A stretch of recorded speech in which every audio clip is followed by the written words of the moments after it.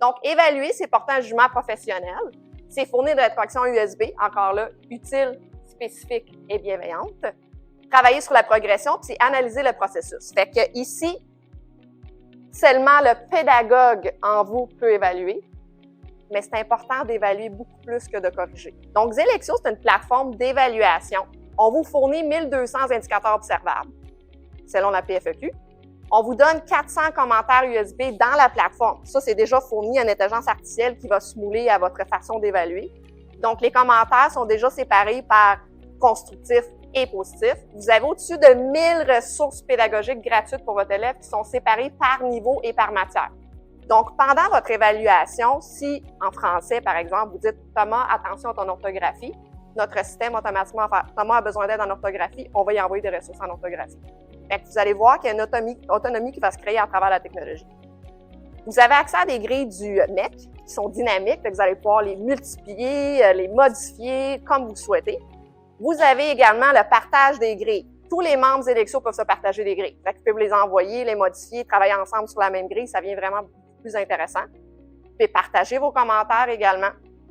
Vous faites de l'auto-évaluation, évaluation par les pairs, des commentaires audio jusqu'à 40 minutes. Fait que vous pouvez même demander aux élèves de faire une présentation qui s'enregistre et ça rentre sur votre compte et vous allez pouvoir finaliser l'évaluation. En fait, de renchérir tout de suite là-dessus.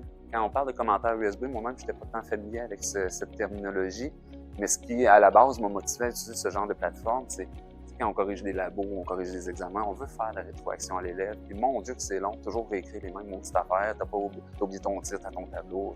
On réécrit tout le temps les mêmes affaires. Fait que là, avec une plateforme de même, quand tu construis, tu investis un peu de temps pour construire ta grille, tu es en train d'évaluer une section d'un labo ou d'une évaluation de compétences quelconque. Et comme tu fais tout le temps le même commentaire, tu peux même les avoir préenregistrés, les commentaires, tu peux les avoir anticipés, je vais donner tel feedback, ou ceux qui sont automatiquement proposés. Bref, tu commences à taper B, il t'apparaît dans un menu défilant, tu cliques dessus, et l'élève va recevoir ce commentaire-là. Donc, au lieu de réécrire 56 000 fois la même affaire, quand tu corriges un labo en équipe, les deux reçoivent le même rapport. Bref, je continuerai à renchérir tantôt. Là, oui. La notion de rétroaction des commentaires USB dans les grilles, c'est vraiment assez agréable. Oui, bien merci. Puis vous allez pouvoir partager les commentaires en passant si vous êtes vraiment une machine dans les commentaires USB. Là, vous pouvez dire à votre collègue « Hey, j'en ai fait une vingtaine, tu les veux-tu? » Oui, parfait. C'est un instant. Vous allez les transférer. Donc, c'est génial. Lui aussi va les avoir dans son menu déroulant. Fait que vous n'êtes pas obligé de prendre nos 400 puis en faire vos propres. Il n'y a aucun problème. Si vous faites des évaluations cotées, c'est pas grave. Notre système, la seule chose qu'il veut savoir, c'est la valeur que vous donnez à cet échelon-là parce qu'il va quand même faire une moyenne. Fait que si vous utilisez des emojis, il va faire une moyenne des emojis de l'évaluation finale. Mais vous êtes les seuls à avoir la moyenne de l'évaluation de l'élève et vous allez pouvoir débloquer la moyenne à tout moment ou la rebloquer comme vous voulez. Donc, le but ultime, c'est que l'élève, quand il ouvre son évaluation, il faut qu'il lise. C'est ce qu'ils font pas, hein? Ils ont tendance à regarder la moyenne. « Ah, j'ai 70! » Puis ils regardent pas. Fait que là, nous, on cache le 70 et on voit critère 1, c'est ça. Critère 2, c'est ça. Critère 3, c'est ça. Et à la fin de l'étape, si vous voulez les débloquer, bien là, lui, quand il va se reconnecter dans son compte, il va dire « Ah, finalement, c'était 70 que j'ai eu ou c'était ça. » Mais vous êtes en contrôle parce que le but ultime, c'est d'amener une rétroaction active. Fait que c'est vraiment changer la mentalité envers l'évaluation. Xelexio, il est parti de ça, en fait. C'est amener l'élève à comprendre où est-ce qu'il y a des défis. Moi, c'est ça ce qui m'a motivé à rentrer dans Xelexio. Ma blonde est STP aussi, qui est beaucoup dans l'évaluation autrement. Puis j'écoute, je trouve ça intéressant. Puis comment changer mon approche? Corriger, c'est pas ce que je préfère. Comme elle disait là, corriger, puis je trouve ça long. Je voulais un petit peu changer ma façon d'évaluer. Je travaillais aussi en maths dans le temps, puis c'est quand même assez à la mode là, que d'évaluer en couleur, faire de la triangulation, faire des observations, des fois évaluer par discussion. Mais là, c'était comment colliger toutes ces informations-là avec des fichiers Excel. Bref, c'était super compliqué. Puis moi, je trouve que ça amenait déjà un surplus de travail. Fait que là, j'étais arrivé au congrès l'année passée, j'avais toujours ça en tête, je vais changer un peu mon évaluation. Puis là, j'étais rendu juste en sciences. Puis en sciences, on évalue, on s'entend plus en connaissances souvent. Les labos, peut-être un peu plus en compétences. Là, j'ai eu une formation cadre aussi sur se recentrer sur comment évaluer autrement, se recentrer sur la compétence. Puis là, dans la formation, elle parlait de grilles descriptives, tu sais, des grilles poches, genre, que l'élève lit ça, puis ça veut rien dire. s'est amélioré ou fait adéquatement quelque chose. Il manquait d'essence dans les grilles que le ministère qu'on me proposait. Puis là, j'arrive avec Zelexio, je vois le potentiel de la plateforme, c'est beau, c'est facile d'utilisation. Puis là, je commence à essayer, je commence à créer des grilles. Ma porte d'entrée, honnêtement, pour évaluer plus en compétences, en sciences, c'est via la compétence 1. Je pense que c'est plus facile en labo d'évaluer en compétences. Je le fais aussi en compétence 2 là, par moment, mais c'est souvent comment évaluer en compétence 2 avec des textes, c'est long à corriger, machin. Je vais vous présenter quelque chose que j'ai monté tantôt, qui est assez intéressant, il faut pallier à ça. Mais bref, ma porte d'entrée, ça a été par la compétence 1. Puis en me créant des grilles descriptives qui sont parlantes pour l'élève. Comme elle disait, remettre un labo, toi, ça t'a pris 10 minutes à corriger, à mettre des commentaires, à te faire une tête sur qu'est-ce qu'il comprend, puis il donne son papier, il regarde la note, puis il met ça de côté, puis il le rouvre jamais. Mon Dieu que c'est insultant. Fait que ça a été une grosse, quelque chose à surmonter, puis qui m'a amené à utiliser une plateforme comme ça. Donc là, en rentrant dans des grilles comme ça qui sont très manœuvrables, très adaptables, tu y vas comme tu veux, là. Tu écris ce que tu veux dans les grilles descriptives, dans les cases, disons. Puis moi, j'essaie d'être précis, genre pour chaque labo, c'est pas juste offrir un titre adéquat. J'essaie de faire référence au contexte des types de liaisons, par exemple. Tu sais, j'essaie pour que quand l'élève lise son rapport qu'il reçoit, parce que ça, on va vous en reparler tantôt, le rapport que les élèves reçoivent, c'est vraiment cool, là. Mais quand l'élève lit la grille, il comprend c'est quoi son erreur. Je sais pas si c'est clair comment je le dis, là. Mais oui, j'ai investi du temps à rédiger la grille, mais mon Dieu que j'en sauve après en n'ayant pas à en refaire des commentaires ou en bonifiant avec la saisie automatique que proposent les commentaires USB. Hein. Bref, ma porte d'entrée, ça a été ça. Puis, je me remets à votre place. Moi-même, je pense que j'ai pas tant de vie. Je suis un peu workaholic, mais je veux pas me brûler là-dedans non plus. Faut y aller petit peu par petit peu. Ça, c'est l'année passée, j'étais en chimie. J'avais une approche assez intéressante pour faire beaucoup d'auto-évaluation en début d'année, tu sais, pour juste faire de la rétroaction, pas systématiquement évaluer, t'es bon, t'es pas bon, mais c'est quoi mes attentes, puis je te mets mes attentes, puis comment tu évolues par rapport à mes attentes. J'avais monté des grilles avec des genres de slides, une présentation, je répondais à des questions, je mettais des couleurs, bref, c'était pas so-so, c'était so-so. Alors que là, l'année passée, je me suis à fond investi là-dedans. Fait que tous mes premiers labos en chimie, c'était juste des grilles qu'on faisait en auto-évaluation. Donc, je pouvais des fois présenter mon corrigé de ce que j'attendais d'une démarche parfaite. On pouvait même, si on a de l'expérience, prendre des rapports d'anciens élèves. C'est toujours pertinent de montrer ce que les élèves sont capables de faire pour montrer les exigences. Fait que tu peux numériser un corrigé, tu le présentes, la grille est complète, fait que l'élève s'auto-évaluait comme ça. Fait que tu sais, genre mes 4 premiers labos, c'était juste d'auto-évaluation, avec une rétroaction que moi je fais live, puis qu'eux-mêmes peuvent se faire. Puis après ça, quand j'arrivais à formellement plus évaluer, genre mon premier examen de labo, un labo plus complet, un rapport complet, ben là j'avais ma grille super complète, puis même ça m'est arrivé de leur pitcher la grille d'avance. Je dis, ton devoir là, pour préparer ton labo, c'est regarde la grille. Puis comme elle est bien complète, tu sais c'est quoi mes attentes, tu sais il faut que tu fasses un titre complet, il faut pas que tu mettes tes unités dans le tableau, etc., etc. Fait que t'as tout ce qu'il faut pour atteindre l'autonomie qu'elle parlait, oui, s'investir dans son processus d'apprentissage. C'était ça mon mindset, ma motivation. Si je peux intervenir, justement, je vais pouvoir sauter la slide. J'ai un de mes anciens collègues, il est justement enseignant en physique. Et lui, quand on avait parlé d'auto-évaluation, il n'en avait jamais fait dans son cours. Donc, pour lui, c'est une personne qui est très pragmatique. Il avait déjà tout calculé ses cours d'avance, puis il fallait pas qu'il perde une période. Puis s'il perdait une période, c'était à la fin de, vous voyez un peu là, ce type d'enseignant-là, puis c'est correct. Donc, moi, j'ai dit, puis il trouvait ça vraiment lourd, l'évaluation. Donc, j'ai posé la question, j'ai dit, est-ce que tu en as déjà fait d'auto-évaluation avec les laboratoires de labo? Là, il m'a dit, ben non, j'ai pas le temps. Je dis, mais comment ça que t'as pas le temps? Ben, tel cours. J'ai dit, OK. J'ai dit, prenons du recul.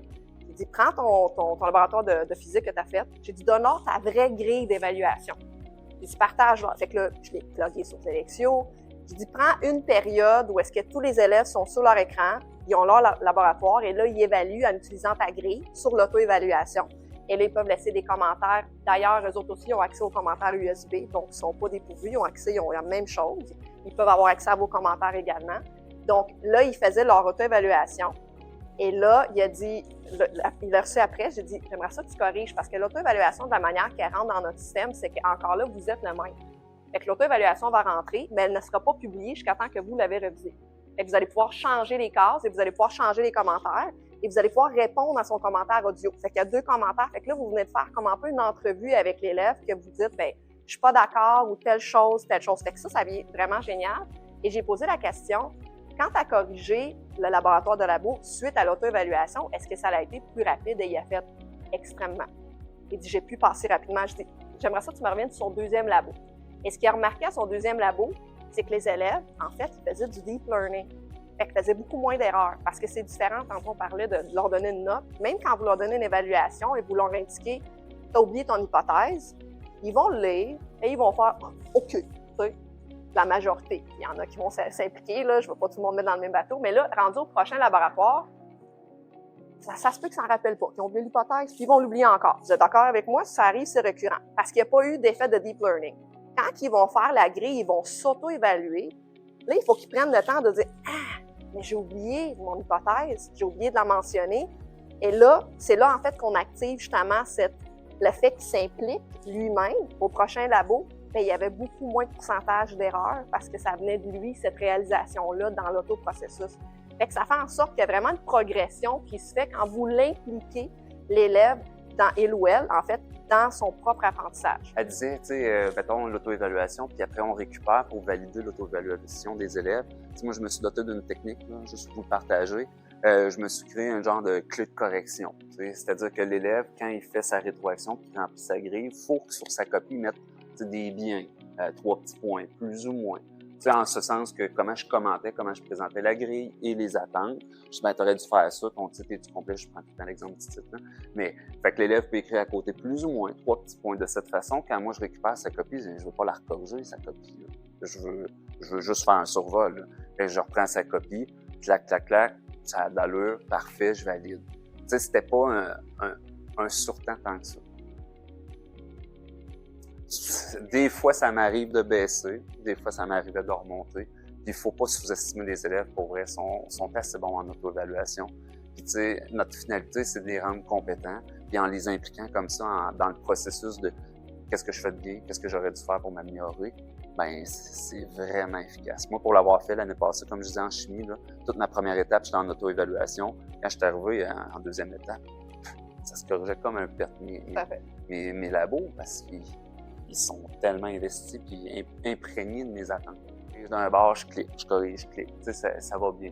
Pour la correction et l'importation dans la grille. Pour ce qui est de la rétroaction, pour ce qui est du point de vue de l'élève, ce qui est génial de tout ça, c'est qu'une fois que son compte est activé, ça le suit tant qu'il est actif, là, tant qu'il est élève. Tout le long de son école. Toutes les grilles que j'ai envoyées, j'ai des élèves que j'avais l'année passée, que j'ai récupérés cette année, là, toutes les rétroactions que j'ai faites dans les labos, dans les SAE, ils ont tout ça encore dans leur compte. Fait qu'un élève qui est investi, on s'entend, c'est peut-être une poignée dans notre classe la plupart.